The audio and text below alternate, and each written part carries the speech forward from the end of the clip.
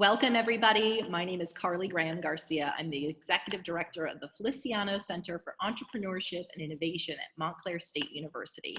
And welcome to Weekly Women Entrepreneurship. I am delighted to be joined today by Marjorie Perry, who, full disclosure, is one of our advisory board members at the Feliciano Center for Entrepreneurship and Innovation.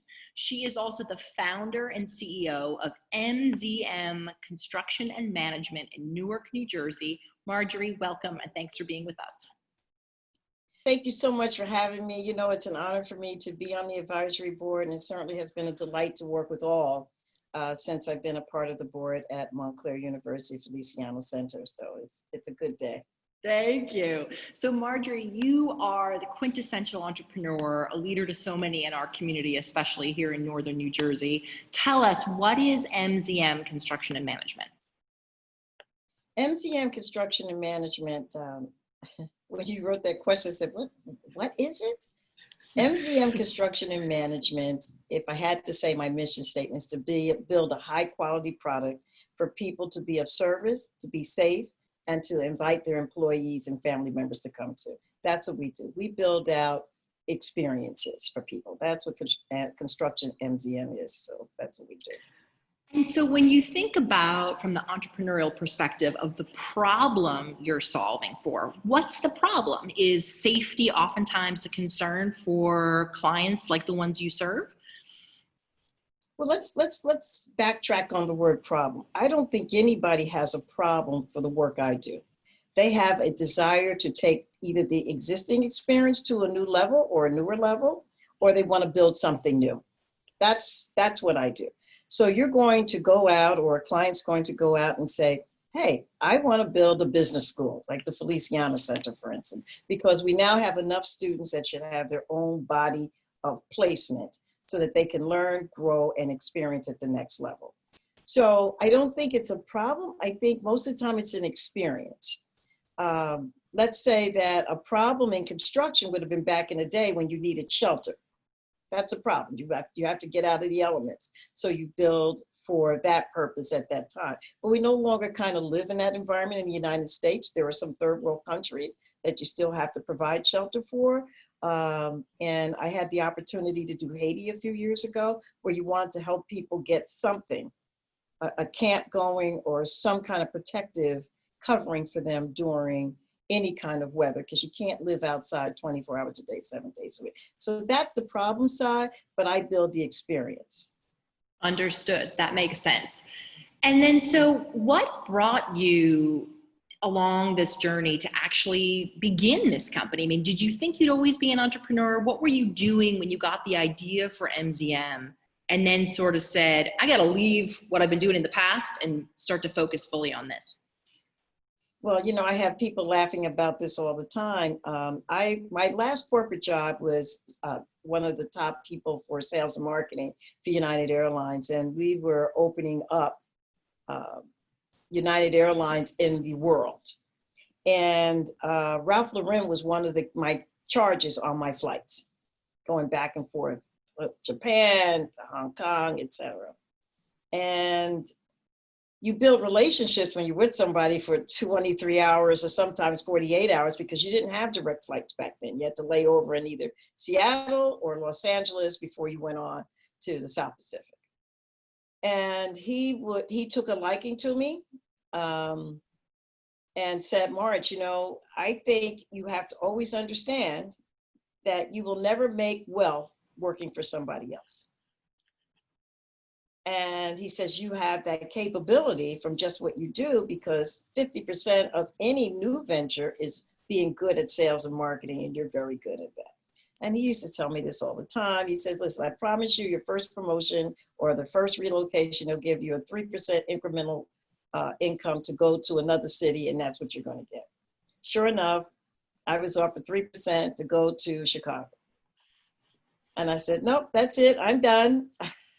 And I literally walked away with little or nothing, no experience as an entrepreneur.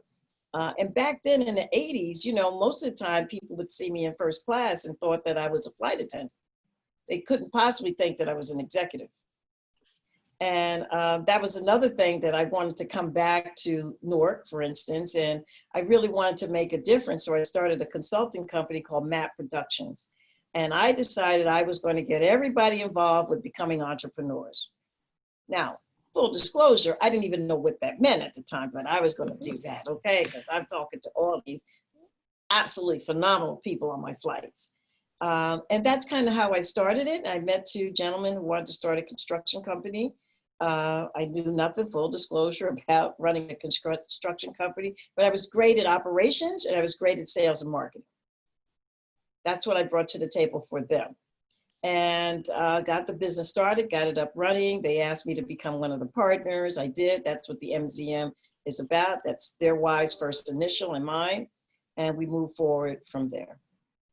Wow. Okay. So there's so much in what you just shared with us. First of all, one of your mentors was Ralph Lauren. That's enormous. No, he wasn't. No, he was one of my charges on my flight. But the fact that he was an indirect mentor. Yeah. I mean, here I am. But now remember, we didn't have social media back then. You just, Ralph Lauren was Ralph Lauren, but it wasn't like this, wow, Ralph Lauren. But everybody catered to him on the flight. And then they were picked specific individuals to make sure his needs were met throughout the trip. Because we're trying to pull him off of TWA. We're trying to pull him off of Pan Am. We're trying to get him on United. Okay, so what do you need, Mr. Lauren? What do you need, staff? What do you need, entourage?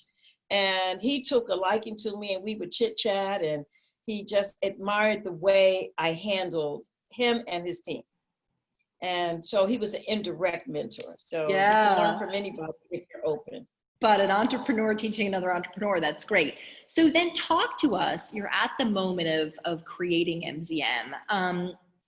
Access to capital, how did you initially secure funding? We've been talking a lot about banking relationships, angel investing, venture capital. How was your initial business idea funded?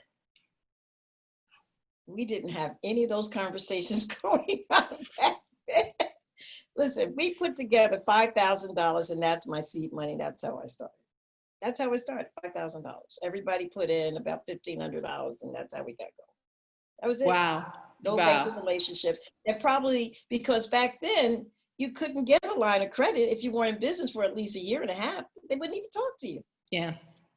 So I self-funded. Whatever money we made, we just kept putting it back in and putting it back in and putting it back in, because no bank is going to give you a line of credit for the first 2 to 3 years in business.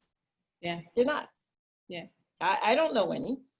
You know, and even angel investors, when you think about it, they need to see some kind of track record on your own. And they want to see what your skin in the game is. And are you going to be a long-term player, or are you just playing at this and because you just think it's a lifestyle gift? So there's no business that can start with funding from a bank or an angel investor. There has to be some sweat equity in the game of your own before they start taking you seriously. And that's 2 to 3 years out. I've yet to see it any different, even in today's market. And it's going to be even tighter now. Yeah, for sure, for sure. And then what about your initial customers? I mean, how did you find them? How did they find you? Who were they, if you're willing to share? Sure. My first customer, because it was a real big thing with affirmative action back then, was New Jersey Performing Arts Center. They were really committed to having diversity on that project. And again, I was good at sales. So I went down and I pitched them. We didn't have major PowerPoint things like we have now. You hand out something, you flip it over, and that's what you do. What we could bring to the table, that we were local, we lived here, we played here, and we would like to be a part of their team. Turner Construction took me under their wing, as well as the architect, who happened to be African-American woman at the time.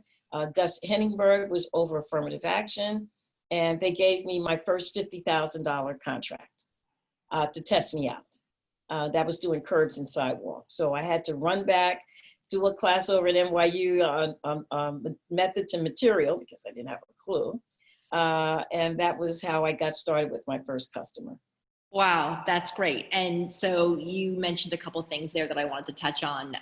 Being a woman in construction, being a woman of color in construction, you had another woman of color as a mentor, well, as sort of somebody that you were working with that was already in the space.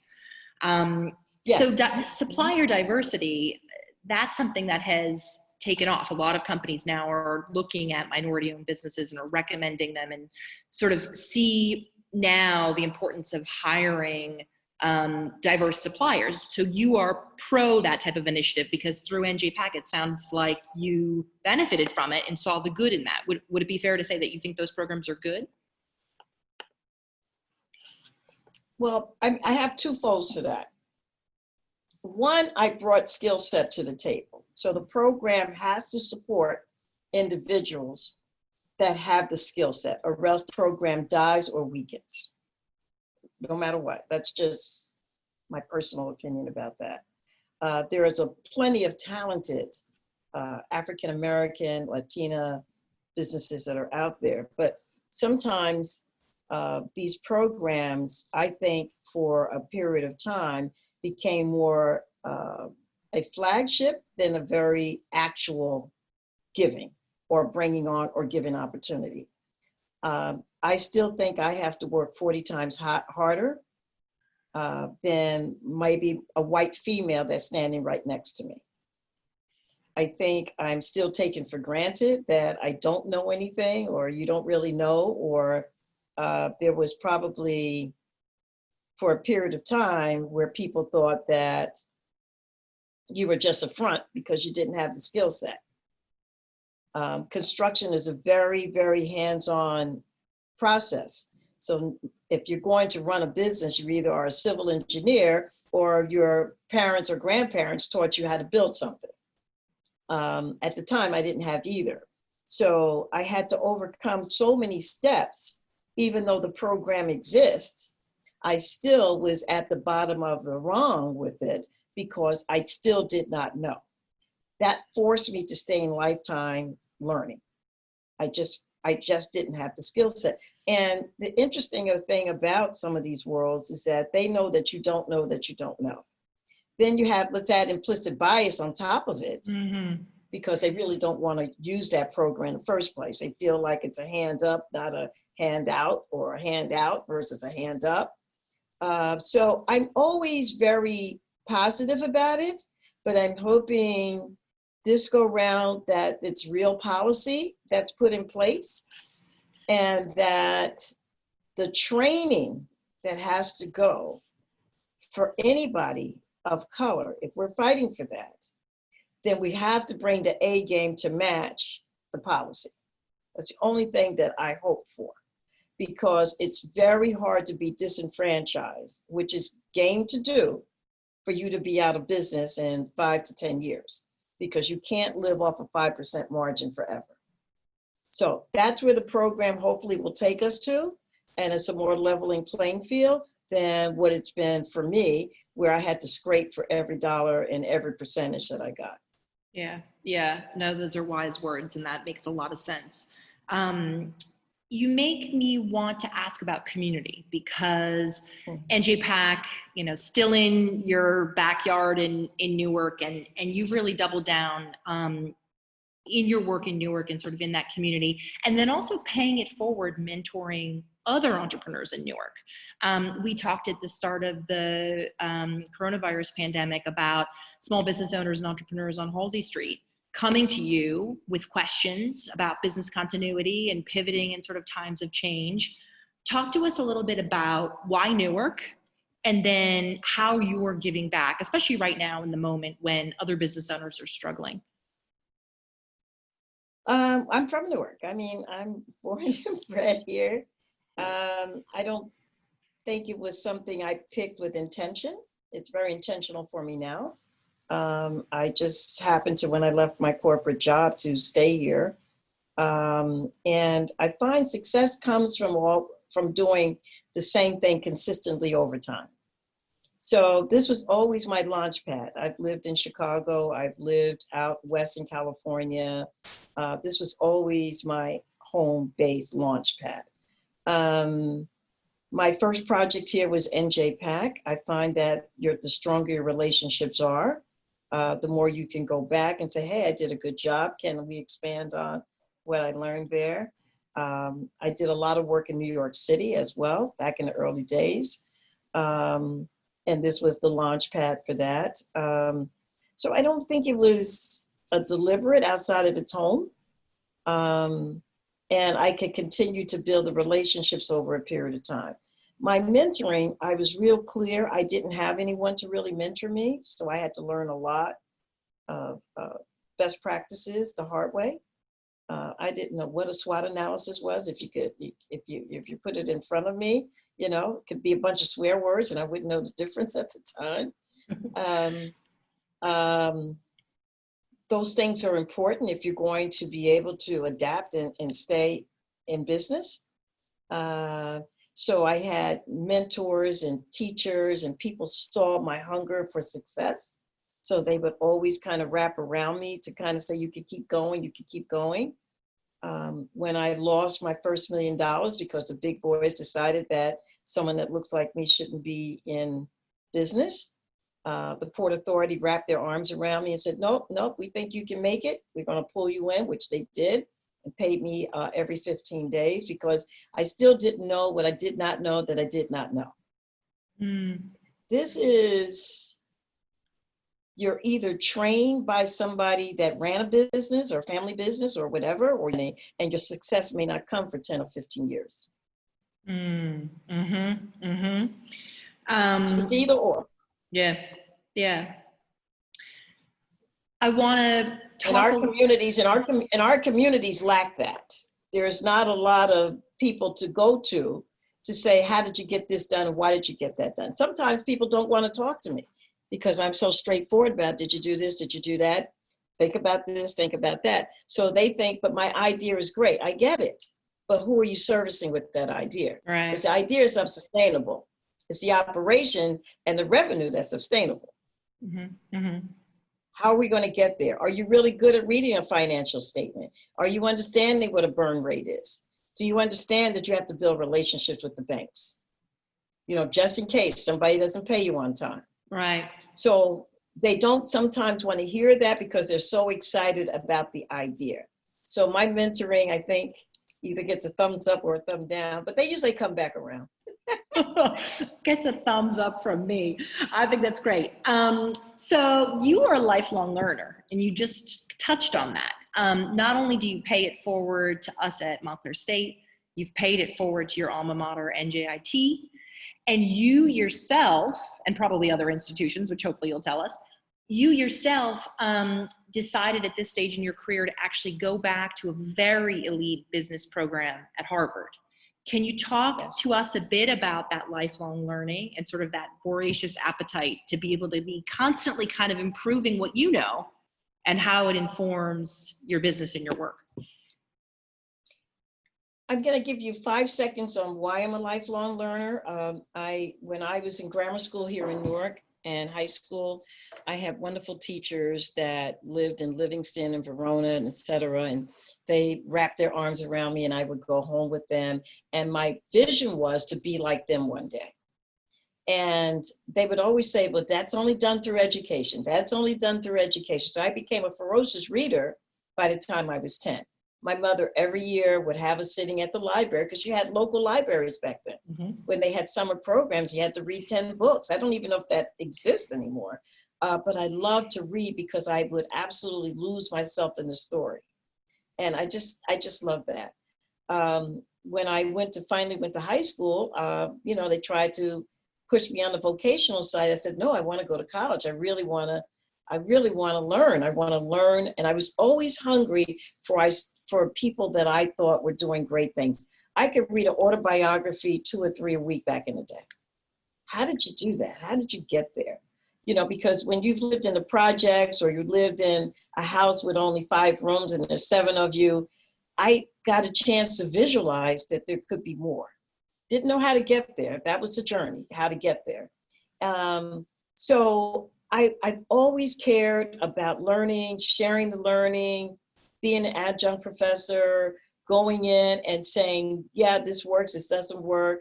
I'm a truth to power kind of person.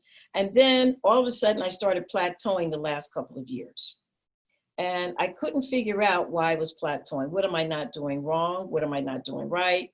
One of my weaknesses was hiring that inner team, that team that could move a business. That's not my skill set. My skill set is sales, marketing, operations, and construction.